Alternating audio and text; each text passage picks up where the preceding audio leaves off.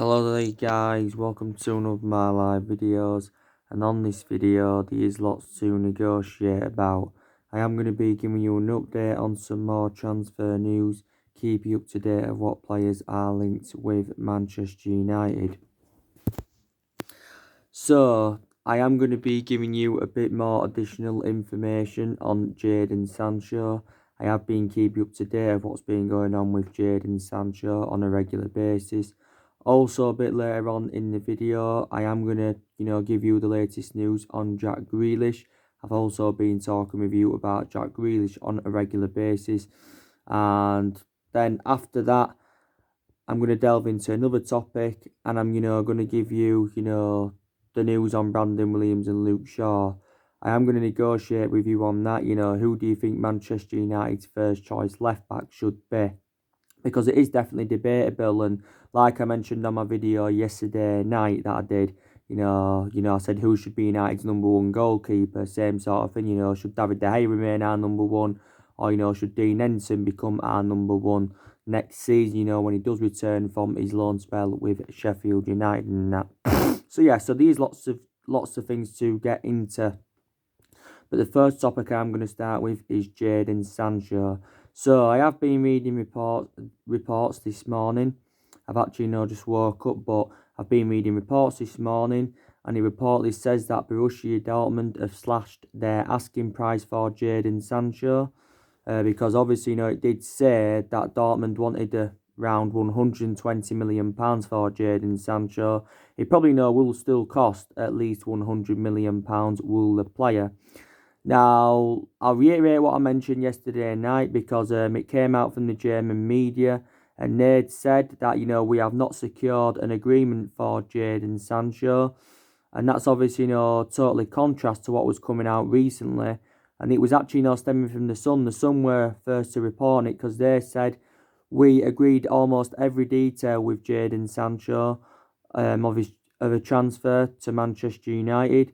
He said the only thing that hadn't been agreed between Man United and Dortmund was the fee. So I did say, didn't I, Manchester United and Borussia Dortmund need to come to an agreement on a fee. But it said that the length of Jadon Sancho's contract had been agreed.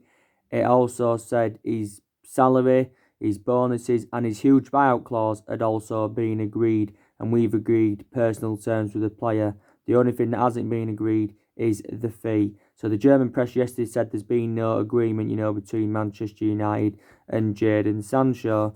Now, also, it was stemming from the Daily Express yesterday, saying that we're convinced that we can buy Jadon Sancho for half of the transfer fee, what Borussia Dortmund are demanding. So we believe we can get Jadon Sancho for as little as £53 million. But I'm very, very sceptical about that, because like I mentioned before, Borussia Dortmund do remain ruthless over their valuation. Even, with this coronavirus crisis, they still remain ruthless over their valuation. But yeah, they have slashed their asking price, but it's still probably going to cost at least 90 or 100 million pounds is the player. But Jadon Sancho's been subjected to so much transfer speculation. Sancho did reveal that his preference is a move to Manchester United. Obviously, Chelsea have also expressed an interest in Jadon Sancho. Well, there was in for him, but I think Chelsea have come to accept the fact now that, he wants to come to Manchester United. So Chelsea are looking to get a deal finalised for Philippe Coutinho, like I mentioned yesterday night. Obviously, Jadon Sancho revealed the other week that he is a lifelong Chelsea fan. He actually, began his footballing career in London with Watford, because Jadon Sancho was at Watford for several years. Us getting Jadon Sancho, may depend on, whether we can get Champions League football or not, because it did say the other week that Jadon Sancho could reject to move to Man United if we fail to get qualification for the Champions League. Now, it did say, we have been working on Jadon Sancho's contract for quite some time. We've also been in negotiations with his agent for a couple of months. But I think, Jadon Sancho is still expected to leave Borussia Dortmund, even if he wasn't to come to Manchester United. Liverpool were in for him at one point, but Liverpool no longer in for him now. Real Madrid were in for him, but Real Madrid are no longer in for Jadon Sancho now. But I've already given you the couple of main explanations why I think it would be beneficial, Manchester United recommending Jadon Sancho in is because he's well proven in the Premier League. Don't forget, before he was at Borussia Dortmund, he enjoyed 2 years with Man City. So he's played in Manchester before as well. He never got assured any first team opportunities at Man City, and this is the main explanation why he left City to join Borussia Dortmund. And obviously, he's got a very, very good friendship with Marcus Rashford, so that's another one of the main explanations why I think it's beneficial recommending him in.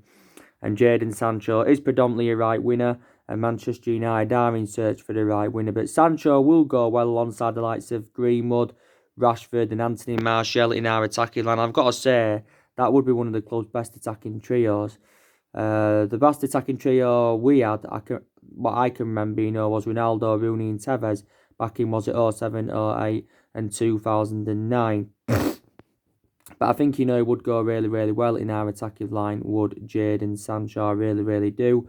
Dortmund only paid £7 or £8 million in from Man City, so Dortmund are going to make a huge profit on the player. But Sancho's already made the admission, he's already confirmed that he wants to leave Dortmund. He said this in February, it was stemming from Sky in Germany, and Dortmund have come to accept the fact now that he wants to move on, so Dortmund have got a couple of players on their agenda who could replace Jadon Sancho. There's been like Ferran Torres on their agenda from Valencia, Jude Bellingham on their agenda from Birmingham. So, yeah. But he still isn't fully assured that he'll leave Dortmund. Jadon Sancho just expected to leave Borussia Dortmund. I think he's still got 2 years remaining on his contract. So he's on the contract with Dortmund Sancho until 2022. It did say the other week, like I mentioned, that if Jadon Sancho was to turn down a move to the Premier League and he was to remain loyal with Dortmund, he says Dortmund were willing to give him a pay rise and they was willing to offer him a new contract worth around £165,000 a week. So this is what they were willing to offer him. And they was willing to make him their second highest paid player behind Marco Reus, because Marco Reus is Borussia Dortmund's second highest paid player, But this is what, they were willing to do.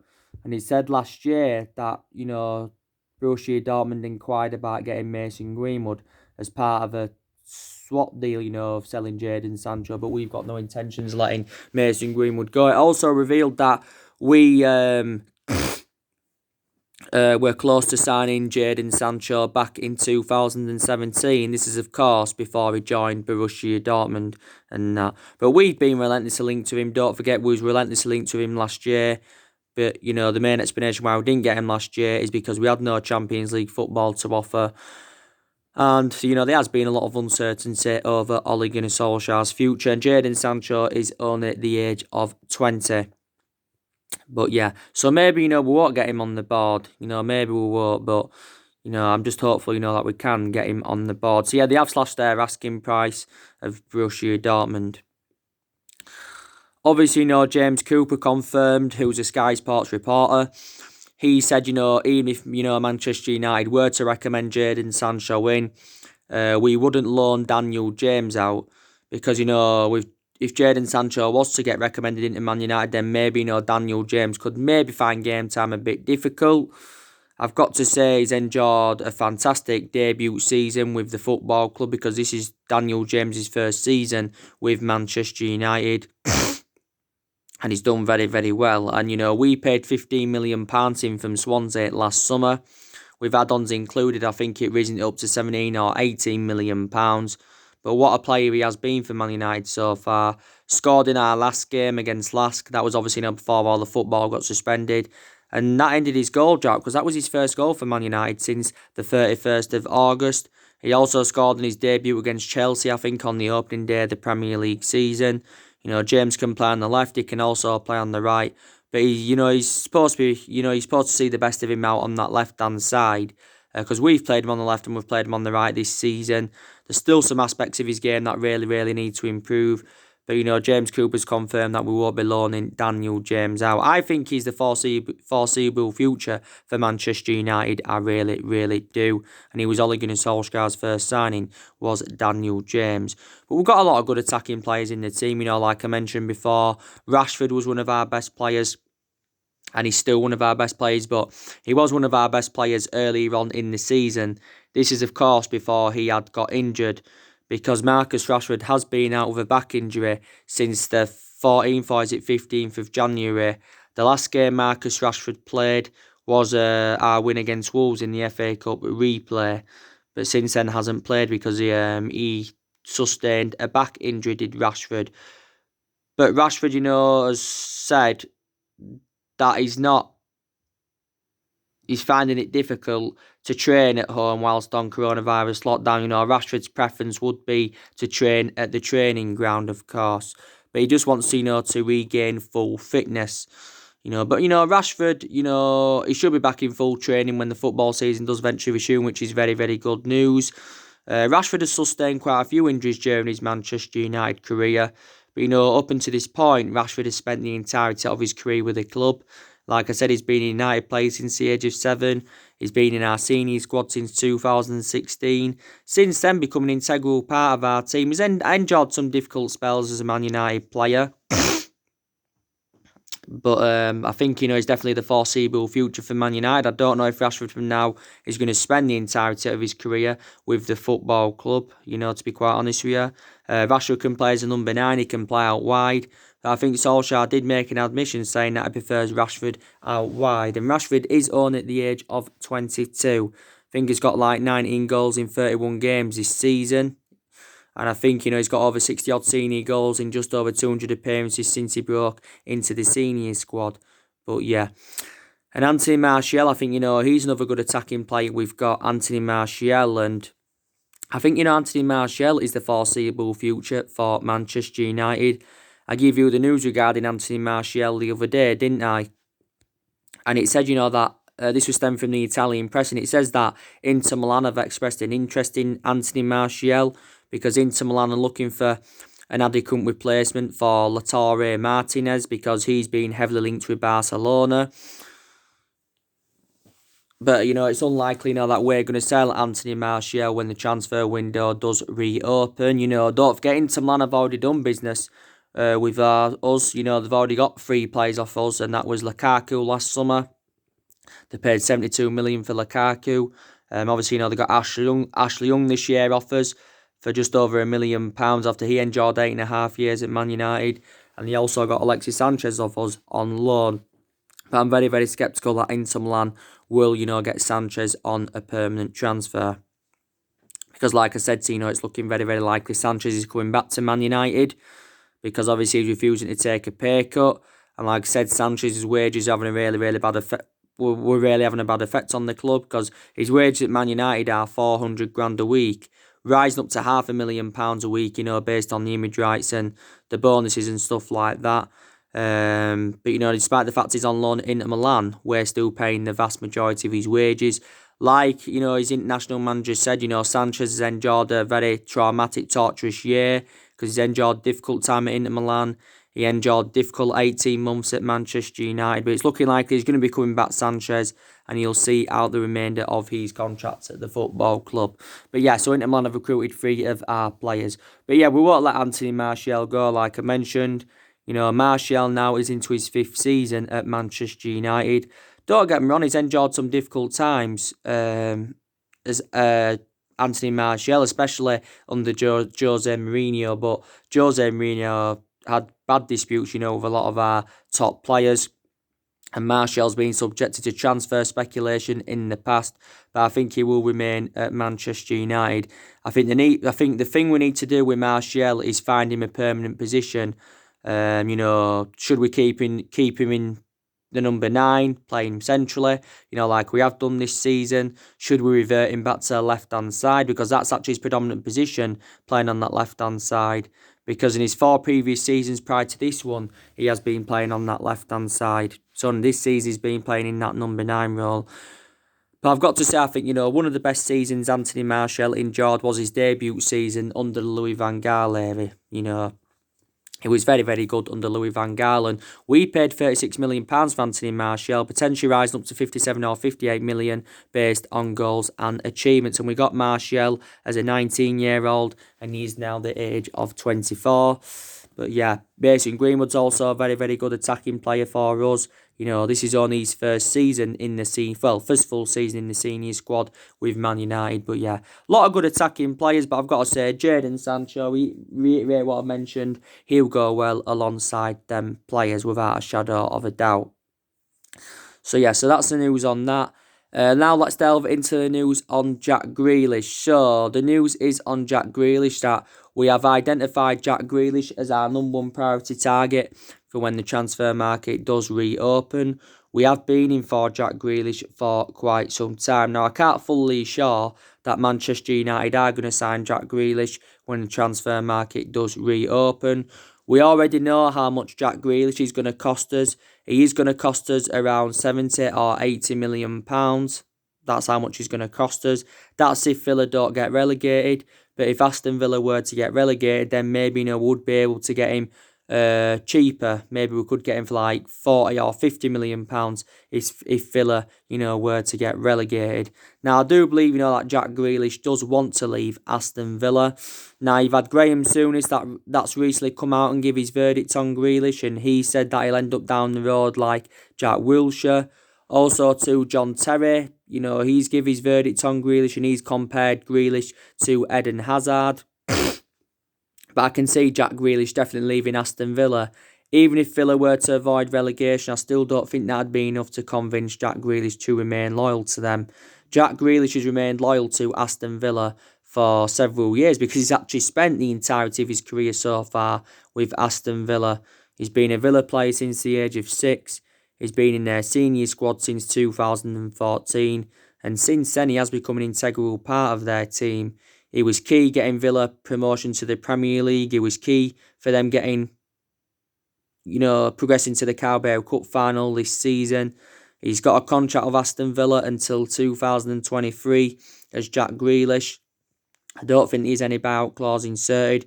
But Darren Bent came out a couple of weeks ago and he believes that Jack Grealish will join either Man United, Tottenham or City when the transfer market does reopen. Because don't forget, back in the summer of 2018, I think Tottenham were close to getting him for around £25 million, but the deal never materialised. But yeah, there's been quite a few clubs that have expressed their interest in Jack Grealish. Obviously, it came out the other week though. Well, what's been coming out recently is totally contrast to what was coming out the other week, because the other week it said that Ed Woodward's preference is to get a holding midfielder over Jack Grealish. So it actually said we'd ended our interest. Obviously, it says that Everton have also recently inquired about his availability, and so too have Newcastle. But, we've already confirmed that Jack Grealish is our preference over James Maddison, because James Maddison's also another midfielder that has been on our agenda. But there's a couple of main explanations why Jack Grealish is our preference over Maddison, because Grealish is more versatile. Before the football season that got suspended, he was in better form than James Maddison. Was Jack Grealish, and he's a cheaper solution because, Leicester said if they were to do any business with Maddison, they'd want around £100 million and stuff like that. So, yeah, there's a lot more chance for us getting Grealish than there is James Maddison. I think James Maddison's fully out of the equation now anyway, like I updated you recently, because Maddison insisted that he's happy with Leicester and, he wants to commit his long-term future with Leicester, so he's fully out of the equation now. But yeah, Manchester United do need to get a midfielder in, and like I've said to you before, there's been a hell of a lot of midfielders on our agenda. Like I mentioned, there's been Saul Niguez on our agenda from Atletico Madrid. There's also, last week it said there was Donny van de Beek on our agenda. So there's been so many midfielders on our agenda, but which midfielder, do you think Manchester United should sign? I'm very, very sceptical that we'll sign Saul Niguez, because Atletico Madrid are only willing to sell him on one condition, and that's if their £130 million release clause is triggered, and I don't think Manchester United would be willing to pay that for Saul Niguez. And that. But yeah, been so many midfielders on our agenda. But yeah, so that is the latest news on Jack Grealish. Now let's get in, delve into the news on Williams and Luke Shaw. So who should be Manchester United's first choice left back? Now, like I said, this is debatable because I've got to make an admission. I think Brandon Williams has enjoyed a very, very good first full season in the senior squad with Manchester United, and he has been a revelation as Brandon Williams. So you'll get some United fans saying that Brandon Williams should be our first choice left back, and you'll get some United fans saying that Luke Shaw should remain our first choice left back. I think, Solskjaer will go with Luke Shaw on the experience because obviously, Luke Shaw's a lot more experience than Brandon Williams. Luke Shaw is 24 years of age, so he's about 5 years older than Williams because Brandon Williams is the age of 19. Now, my element of concern about Luke Shaw is that, he's very injury prone, sustained quite a lot of injuries as a Manchester United player. There again, I think he was also injury prone during his time when he was at Southampton. But, I've got to make an admission, since Luke Shaw came back from injury, because he was out for like 2 or 3 months early on in the season, but since he came back, he's done very, very well and he has hit the ground running. Luke Shaw is now into his 6th season with Manchester United. 6th season with a football club. We got him back in 2014 from Southampton for around £30 million. And I think he's the foreseeable future for Manchester United. He has actually, there's been rumours saying that he could leave the football club in the past, but I think he will remain at the football club with Luke Shaw for now anyway. But yeah, and back in October 2018, he signed a new long-term contract with Man United. He signed a 5-year deal, so Luke Shaw's got a contract here until 2023. But yeah, so I don't know, to be quite honest with you. When probably Brandon Williams, gains a bit more experience and he gets more game time under his belt, then maybe I would put him as our first choice left back. I think earlier on in the season at one point he was our first choice left back, but I think that was due to the injury of Luke Shaw. But Williams is 19, like I mentioned, didn't he sign a contract early on in the season? So Williams is under contract with us until 2022. But yeah, so who should be Manchester United's first choice left back now? It's definitely debatable. So that is the latest news on that. Obviously, on my recent videos, I've been keeping up to date on the other news as well. Obviously, we now know Harry Kane isn't coming to Manchester United when the transfer market does reopen. I did say, didn't I? I was very, very sceptical that Manchester United will sign Harry Kane. I said maybe we could sign him in the foreseeable future, but we won't sign him, this summer. Because Tottenham have said, they want, £200 million, which is a world record fee. And I said, I'm very, very sceptical that Man United will pay £200 million for Kane. And there's a few other main explanations why, we're not interested now in getting Kane in. Because, Solskjaer believes that Rashford's as good as Kane. Plus, it could make an impact on Mason Greenwood's development, and £200 million is far too much for Harry Kane. I think he will leave Tottenham because, don't forget, was it last month, he made an admission saying he could decide to leave Tottenham if he feels as though the team are not progressing and they fail to match his ambition and he said he won't stay at Tottenham for the sake of it. We've been in for Kane for the last 5 years or so. We first expressed our interest in Kane back under the Louis van Gaal era. And, there's been a few strikers on our agenda. And I said, didn't I, there's much cheaper solutions than Harry Kane. You've got Werner that's available for around £50 million. Raul Jimenez would be a cheaper solution. Erling Haaland would be a cheaper solution. I said, didn't I, it was a shame that we didn't get Erling Haaland back in January because he would have been an Ole Gunnar Solskjaer type signing because Solskjaer knows the player really, really well. I think it was around 3 years ago Solskjaer gave him his debut at Mould because Solskjaer worked with Haaland when he was at Mould and that. So it was a shame that we didn't get him. He was available for around £17 million back in January and that. But I definitely believe that Manchester United need a centre forward in. I think we are probably going to get Odion Ighalo on a permanent transfer. It's not fully assured yet, though, that we are going to get Odion Ighalo on a permanent transfer. It has been revealed how much it'll cost us permanently. It will cost us around £15 million to get Odion Ighalo on a permanent transfer. But if it had been like 4 or 5 years younger, Ighalo, it'd probably cost us quite a bit more than £15 million. But Ighalo, like I mentioned, has enjoyed a fantastic start to his Manchester United career. he has got 4 goals in his last 3 starts for the football club. He's a good cover-up to Rashford, and like I said, he's totally comparison to our other attacking players. We paid around 3 or 4 million to get him on loan. We're paying like a third of his wages at the moment. And his loan spell at the club ends on the 31st of May, does Aldina Gallows. But I think Gallo revealed that he wants to stay at the club. But he said the other week he will have to take a pay cut of around 200,000, if he is to remain at Manchester United. He said, was it last month, that Shanghai Shenhui's parent club were willing to offer him a 2-year contract extension, plus around 400 grand a week, to convince him to turn down a permanent move to Man United. So yes, I have been keeping you up to date with that. Obviously, yesterday I gave you the news on Paul Pogba, didn't I?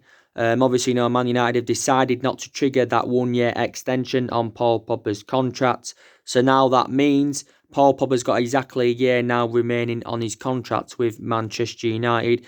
There is still uncertainty over Paul Pogba's future, but I think Paul Pogba still wants to leave the football club, as he's recently said. So he's got the same perception, than what he had last summer.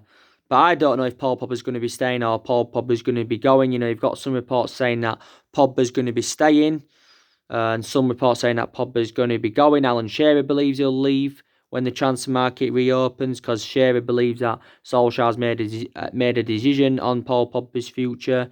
He had the La Liga expert coming out last week, was it? Or was it earlier on this week? And he says that Paul Pogba will sign a new long-term contract at Manchester United. But if Paul Pogba leaves Manchester United now, I think he'll go to Real Madrid. If he doesn't go to Real Madrid, he'll make a return back to Juventus. Because like I mentioned before, Paul Pogba enjoyed 4 good years with Juventus. But since he rejoined Man United back in 2016, the vast majority of his performances have been totally comparison and that. But if he was to go when the transfer market reopened, we may not recruit the £89 million we paid for him, or we may not get more than the £89 million. We could only maybe get 50, 60 or 70 million pounds for Paul Pogba. But yeah, I still believe he wants to leave the football club and stuff like that. Obviously, yesterday as well, I give you the news on, the Saudi Arabians, because they are close to taking over Newcastle, like I mentioned. I think they are going to buy Newcastle for around £300 million. The Saudi Arabians, I think, are worth around £260 billion. So Newcastle will have the richest owners in the Premier League when it is fully complete, their takeover.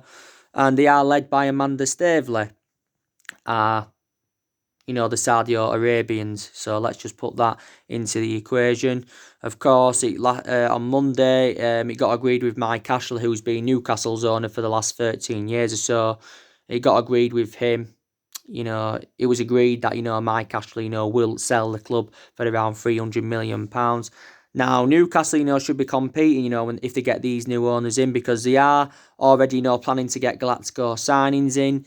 They've got likes of Cavani, Dries Mertens, Grealish, Willian. All of them players are on Newcastle's agenda. I think I heard that they're willing to put around 300 million in for Mbappe or something like that.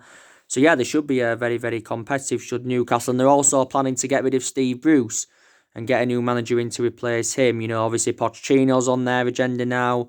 Massimiliano Allegri's on their agenda. There's a few managers on their agenda, Newcastle's. So I said, with Newcastle's links to Pochettino, that means Pochettino's dream now to Manchester United, I think, is officially over. But we'll be giving Ole Gunnar Solskjaer another season anyway, so it doesn't, really, really matter. Obviously, I gave you the news yesterday, didn't I? UEFA have confirmed that Manchester United and Arsenal could get Champions League spots if the season doesn't resume. So that means like Tottenham, Leicester, Chelsea, Sheffield United, Wolves and all of that, would have to go in the Europa League, because we're sitting 5th in the Premier League at the moment, 3 points behind Chelsea, and Arsenal sitting 9th in the Premier League, around 8 points behind Chelsea. But I think UEFA have held talks with like 55 national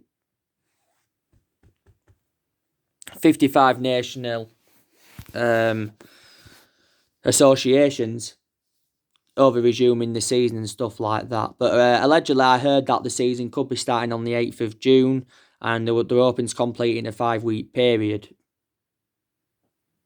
this is what they are hoping, but that's, alleged. It doesn't mean it is going to start on the 8th of June. Definitely the season will be, when it resumes, played behind closed doors for public health reasons and that.